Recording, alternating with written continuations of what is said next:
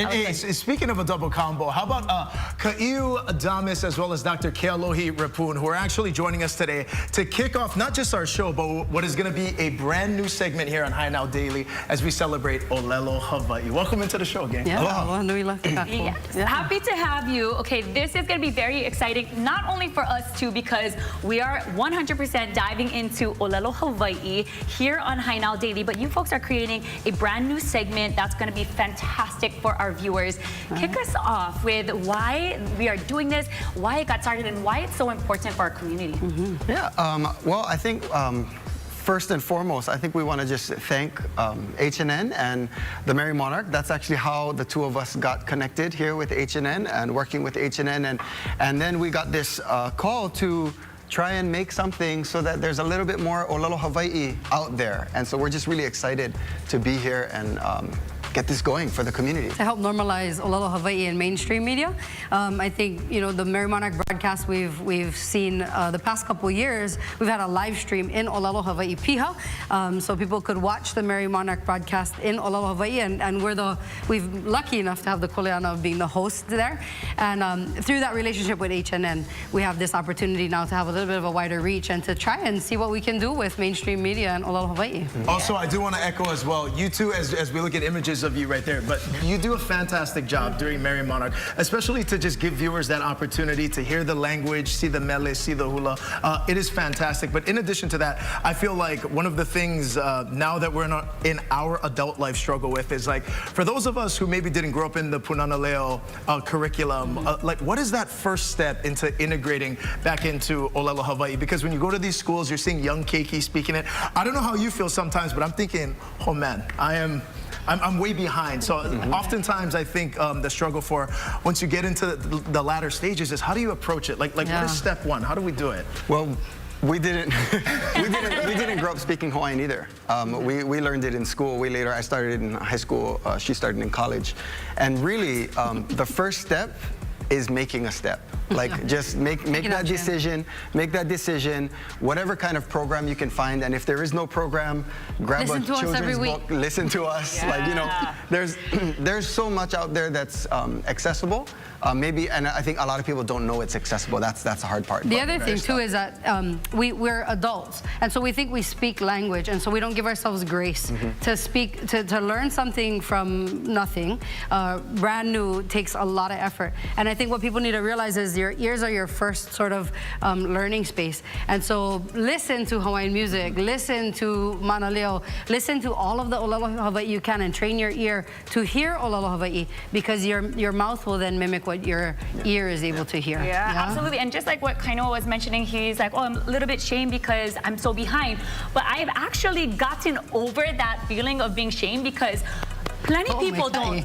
Plenty people don't speak, and I don't want the Hawaiian language to be foreign right in our state. And so we just got to get over that hump and be like, give me all the knowledge, bring it to me. I'm hopping in, because even my niece, my nephew, they punana leo, but for them to be speaking in the household and that now going over to my keiki, it's like, it's a beautiful thing to hear, and it's making me want to learn from I mean, no matter how old I am, I can still learn. Right? Absolutely. So learning from the keiki has been such a precious thing for our household. And if you have those keiki in your household, you're lucky, right? And they can be your kumu.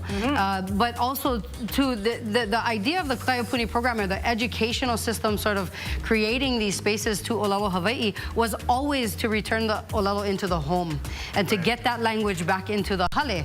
And so, you know, one of the benefits of what we're trying to create here is that we get to come into people's homes through the TV screen, and that bring that ʻōlelo Hawaiʻi back to living rooms and to kitchens and to places where people are living and working and doing life, and can be doing that in ʻōlelo Hawaiʻi. Can I ask as well, you mentioned both of you didn't start fully becoming immersed in ʻōlelo Hawaiʻi till later in life. What was the biggest challenge, maybe one of the biggest obstacles that you had to overcome when you started? Finding a community to practice with. Just finding friends that are usually of a similar proficiency, but then also like being okay with being in front of people who are way better than you.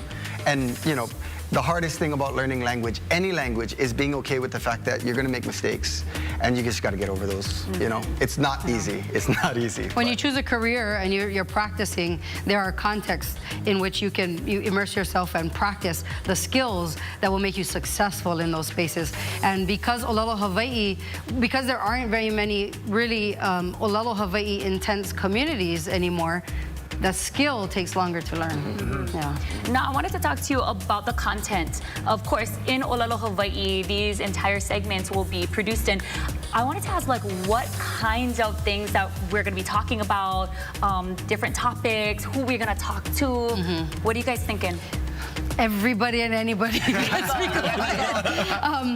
we know that we don't know everybody. We have a lot of friends. We have a lot of people who are in our own community that we would want to tell their stories. We want to bring on musicians and chefs and people who are doing the thing in ʻōlelo Hawaiʻi. But also, we don't know everybody. And we know that there are stories out there of people and their relationship with their kupuna, and maybe they ʻōlelo Hawaiʻi. They have these awesome stories. So we also want to invite people to contact us through through Hawaii News Now, to really, you know, sort of give us the opportunity to tell other people's stories as well. So a lot of that content can come from the public. Great. And you were mentioning Kuleana earlier. It's his responsibility to be in people's living rooms and their hale every single day. So for you, bringing that to this specific segment, like, what are you asking of the public during that time? I think first and foremost, join us, of course, right? Join us, listen in. If you have any thoughts, if you know, like Kealohi said, if you have a story or if you have Hawaiian language experiences that you think are valuable and you want to share them, let us know.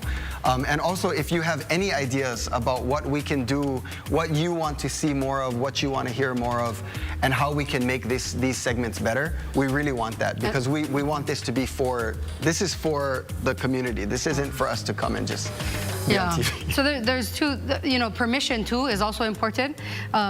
Permission, we're asking permission, a blanket permission over the TV. Can we come into your homes? Maybe, you know, let us sit with you while you cook dinner or while you come home from school. But that permission is important, because we want to make sure that you understand that we're here for the ʻōlelo Hawaiʻi speakers who do speak Hawaiian to have representation on mainstream media, but also that this is an opportunity for learning. And so that invitation or that permission to have us in your home really is important. Yeah. Yeah. So hele mai no be shame. Yes, absolutely.